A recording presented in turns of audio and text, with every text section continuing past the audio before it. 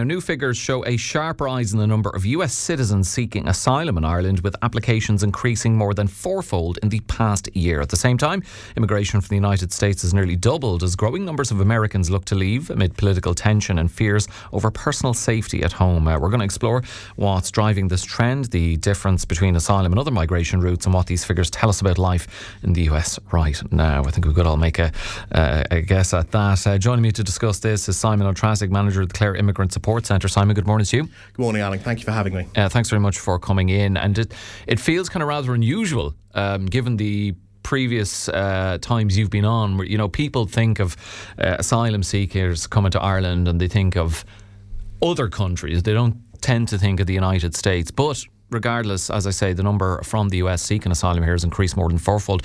Does this trend align with what you're seeing on the ground here in Clare specifically? In Clare specifically, yes, we ourselves have noticed a small increase in the number of people that have come from the States. So it's one of those, as you say, because it's one of those countries that you'd never think of it happening. It's one of those ones that when you see it, it's a surprise. And so when it does happen, it's kind of memorable. So there's definitely not many asylum seekers from America in Clare, but there is some, and there is more now than there has been.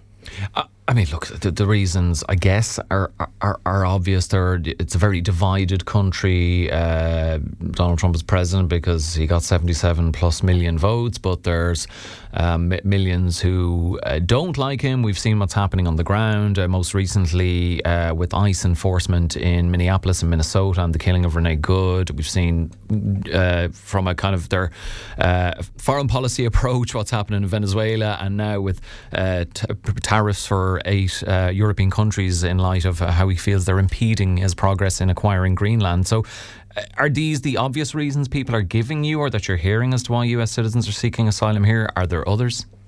Yeah, the main reasons that I've been hearing, and coming from my understanding of what's going on, the main reasons is it's anyone who could be attacked by ICE, because there's been numerous reports of American citizens being grabbed on the streets and detained by ICE. Renee Good, obviously, very famously, but there was also Keith Porter a couple of days before, who was a man from Los Angeles and an American citizen.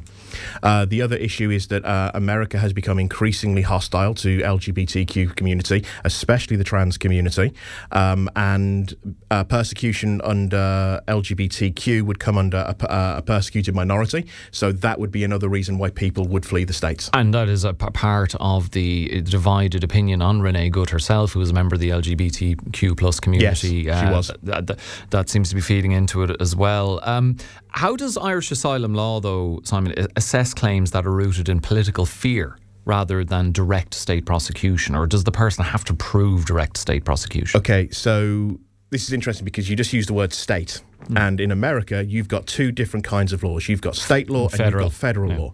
Now, if it was a state issue, so let's say it's someone in Texas who is very famously LGBTQ, flees to Ireland for asylum, that might not go through because they could go to a blue state. They could go to Minnesota or California. However, ICE is a federal body. Like Minnesota is famously a blue state, a left state. Tim Walz, very popular, is from there. And so, but you've got ICE agents in force in a blue state, and they have shot an American citizen who lives in Minnesota, who lived in Minneapolis. And the interesting thing is, Minnesota has said that statistics show that Minnesota has about 130,000 undocumented people in their state.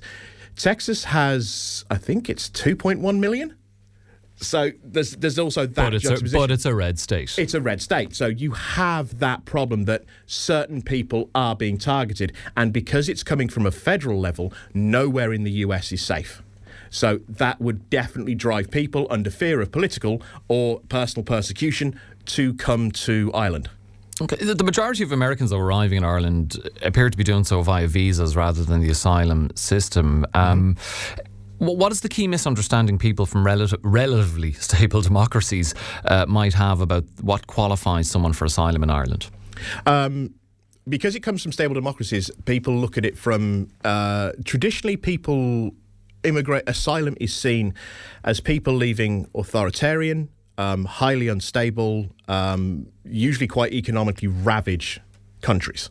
Whereas America traditionally has been seen as the bastion of freedom, land of the free, world of opportunities galore in America. So we have definitely seen an increase in emigration. In 2025, there was 9,600 people who emigrated from the US to Ireland using standard immigration visa systems. The asylum system is a lot harder to navigate, not so much to navigate, but to live in. In cases where US asylum applications might be refused, I mean, what options would remain open to individuals who find themselves in that position? There is one of the things that would be most famously done is similar to what happened in 2016 with Brexit, where from the UK you had over 300,000 applications for naturalisation. Americans can go down that route. An American visa applicant will almost certainly be approved, providing they have the necessary skills, and America traditionally has had an educated workforce.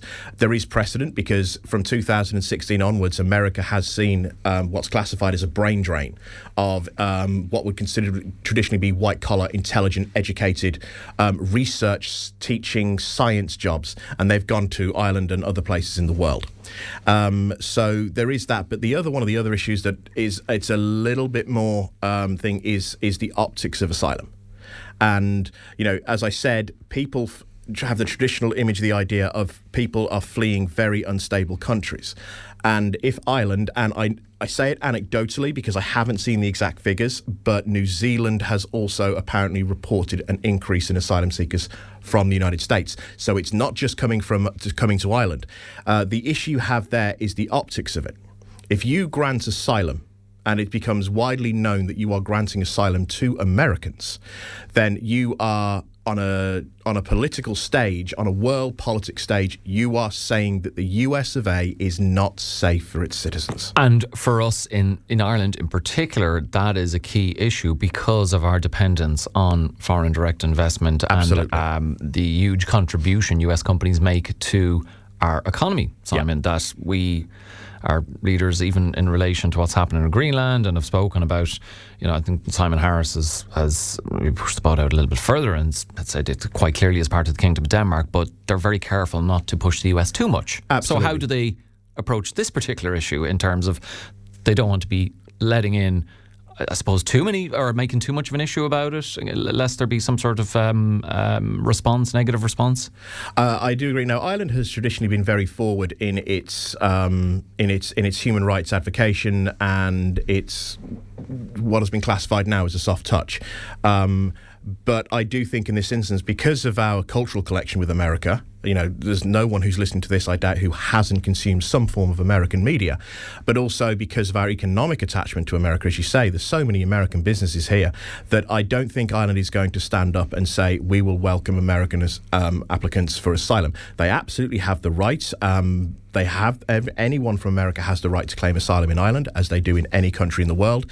But I don't think that it's going to be like the Ukraine, for example, where we're going to say very much so, yes, please come here, unless Europe very tacitly states we are going to grant asylum to Americans if they wish to come here. So I suppose despite the fact that there has been a more than fourfold increase in the number of US citizens seeking asylum here, do you suspect the government's hope will be fourfold increase sounds headline grabbing, but it depends, you know, the numbers generally speaking, not huge. Yeah. And is there hope that you're seeing it on the ground here in Clare as well, Simon, but that even if there is an increase, it will still be the kind of increase that will generally fly below the radar, certainly in US media, and Donald Trump won't see it or hear about it when he's flicking through Fox and Friends or whatever he's watching on telly?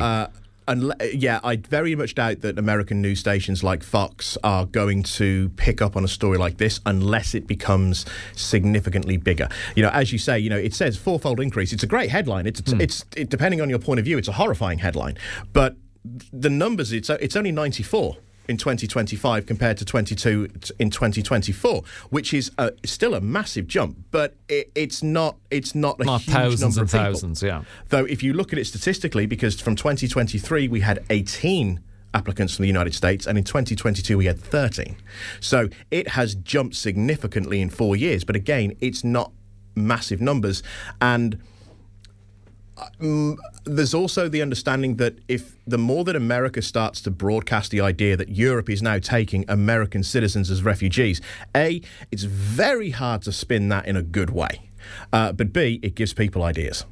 So I can't imagine the American media is going to pick up too much on that, which means that I'd say that the Irish government is then not going to say, no, you cannot apply for asylum because you're American.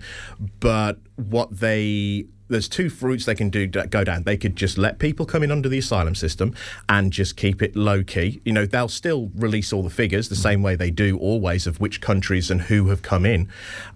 The other route is that if someone shows up as an American asylum, they might point them towards things like legal immigration.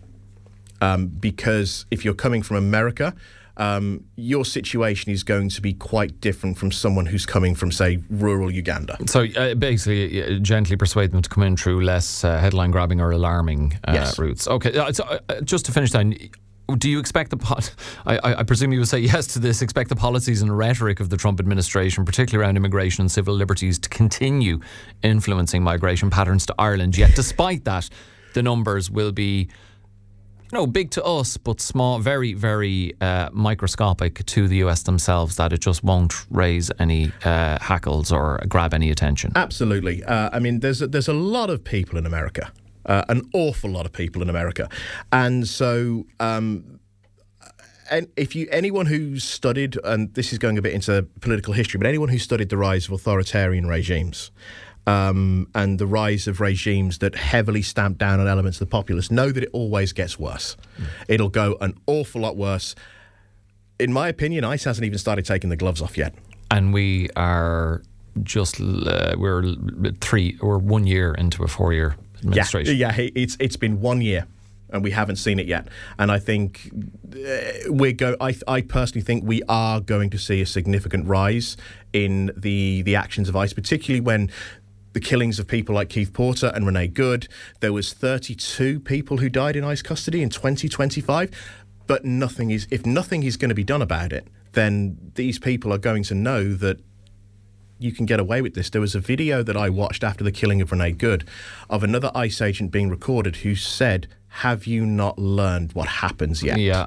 Although you'd want to be careful, Simon, you might be labelled a left-wing hack by a media hack by Caroline Levitt if you're raising these kind of issues. Do you know what? If I get the attention of Caroline Levitt, I think I'll be doing quite well. Right, we shall leave it there. Indeed, if there's any US people living here in Clare, we'd love to hear from you as to what brought you here, and whether, if you were still in the US now, whether what's going on in your country at the moment would persuade you to come here and seek asylum. Let us know on 086 1800 964. Simon, good to have you on and good to have you in the studio. Thank you very much, Alan. Yeah, it's good to meet you. I appreciate you joining us on this. Simon Treasaigh there, the manager of the Clare Immigrant Support Centre, with us on Monday's Morning Focus.